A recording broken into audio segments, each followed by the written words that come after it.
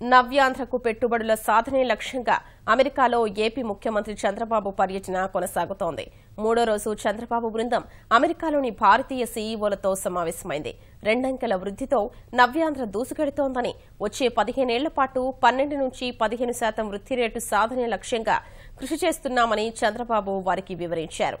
రాష్ట్ర సుస్థిర ప్రగతి కోసం వ్యూహాత్మక ప్రణాళికలు అమలు చేస్తున్నామని, ప్రపంచంలో ఎక్కడ ఉత్తమ విధానాలు, అభ్యాసాలు ఉన్నా అనుసరిస్తున్నామని తెలిపారు.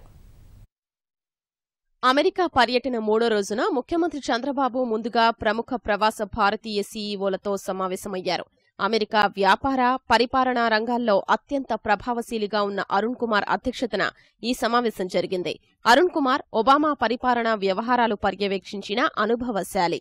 2009-13 మధ్యకాలంలో బెలైస్కు అమెరికా రాయబారిగా పనిచేసిన భారత సంతతి వ్యక్తి వినయ్ తుమ్మలపల్లి, సిలికాన్ వ్యాలీలో భారతీయ అత్యున్నత పారిశ్రామికవేత్తలు, అగ్రశ్రేణి వాణిజ్య, సాంకేతిక ప్రముఖులతో ముఖ్యమంత్రి పలు అంశాలపై చర్చించారు.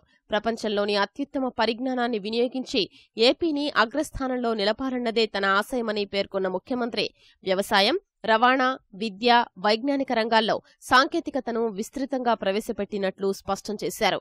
తెలుగువారి జీవితాల్లో వెలుగులు నింపడం, సమస్యల్లో ఉన్న రాష్ట్రంలో సంపద సృష్టించడం, ఏపీని అభివృద్ధి చేయడంపైనే తాను నిరంతరం ఆలోచిస్తానని ముఖ్యమంత్రి అన్నారు. గతంలో తాను సీఎంగా ఉన్నప్పుడు అమెరికా వచ్చి ప్రతి ఐటీ ప్రముఖుణ్ణి హైదరాబాద్కు ఆహ్వానించారని గుర్తు చేసుకున్నారు. ప్రస్తుతం భారతదేశం ప్రపంచంలో బలమైన శక్తిగా ఎదుగుతోందని, రాబోయే 3-4 దశాబ్దాలు మనవేనని ముఖ్యమంత్రి ధీమా వ్యక్తం చేశారు. మోదీ నాయకత్వం దేశానికి భరోసా కలిగిస్తోందని, ప్రపంచ దేశాలకు భారత్ అతిపెద్ద మార్కెట్గా అవతరించిందన్నారు.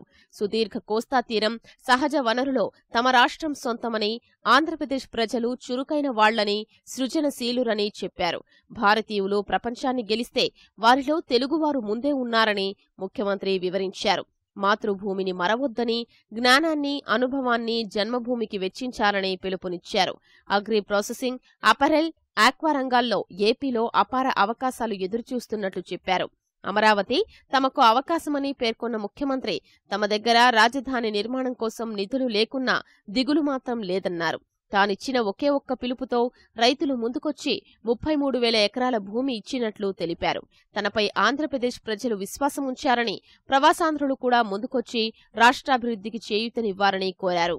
ఇప్పుడు అవకాశాన్ని చేజార్చుకుంటే ఎన్నటికీ తిరిగి పొందలేరన్నారు. అమరావతిని ప్రపంచంలో అత్యున్నత 5 నగరాల్లో ఒకటిగా నిలిపే ప్రయత్నం చేస్తున్నారని, జలహరిత నగరంగా, పర్యావరణ హితంగా, ప్రజానివాసానికి ఆమోదయోగ్యంగా నిలపాలన్నదే తన అభిలాషగా చెప్పిన ముఖ్యమంత్రి ప్రవాస భారతీయులు ఇందులో భాగస్వాములు కావాలని ఆహ్వానం పలికారు.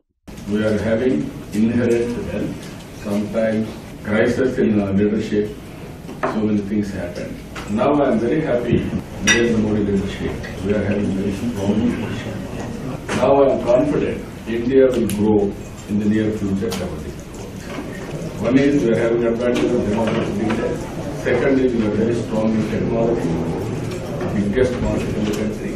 And with all these things, India is having a bright spot. I don't have any doubt about it. సీఈఓలతో సమావేశం అనంతరం సిలికాన్ ఆంధ్ర యూనివర్సిటీలో పర్యటించిన ముఖ్యమంత్రి తెలుగు సంస్కృతి, భాషా పరిరక్షణకు అక్కడ చేపట్టిన కార్యక్రమాలపై సంతోషం వ్యక్తం చేశారు. ఈ కార్యక్రమాలు చరిత్రలో నిలిచిపోతాయని, తెలుగువారి ప్రతిష్టను విదేశీ గడ్డపైన నిలుపుతున్నారని కొనియాడారు. ప్రతి ఇంట్లోనూ ఒక కంప్యూటర్ నిపుణుడు, ఒక ఔత్సాహిక పారిశ్రామికవేత్త, ఒక కూచిపూడి నాట్యకారుడు ఉండాలనేదే రాష్ట్ర ప్రభుత్వ లక్ష్యంగా తెలిపారు.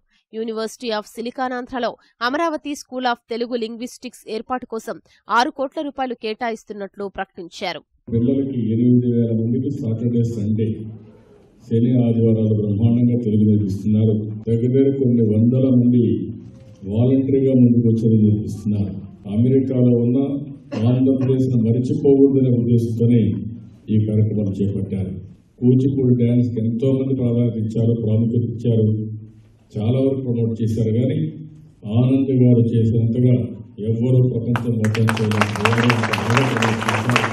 ఇప్పుడు ఆంటర్ప్రెన్యూర్స్ గా తయారుగండి, పారిశ్రామికవేత్తగా ముందుకు వెళ్ళండి అని చెప్తే ఈరోజు చూస్తే ప్రతి ఒక్కరూ ఒక పారిశ్రామికవేత్తగా తయారై బ్రహ్మాండంగా ఇక్కడ రాణించే పరిస్థితికి వచ్చారు.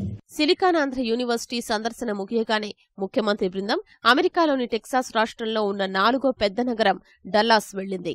ముఖ్యమంత్రి బృందంలో ఆర్థిక మంత్రి యనమల రామకృష్ణుడు, ప్రభుత్వ సలహాదారు పరకాల ప్రభాకర్, ముఖ్యమంత్రి ముఖ్య కార్యదర్శి గుట్టుపల్లి సాయిప్రసాద్, ఆర్థికాభివృద్ధి మండలి కార్యనిర్వాహక అధికారి జాస్తి కృష్ణకిశోర్, సిఆర్డీఏ ముఖ్య కార్యదర్శి అజయ్ జైన్, ఐటీ ముఖ్య కార్యదర్శి కావేటి విజయానంద్, పరిశ్రమల శాఖ కార్యదర్శి ఆరోగ్యరాజ్ ఉన్నారు.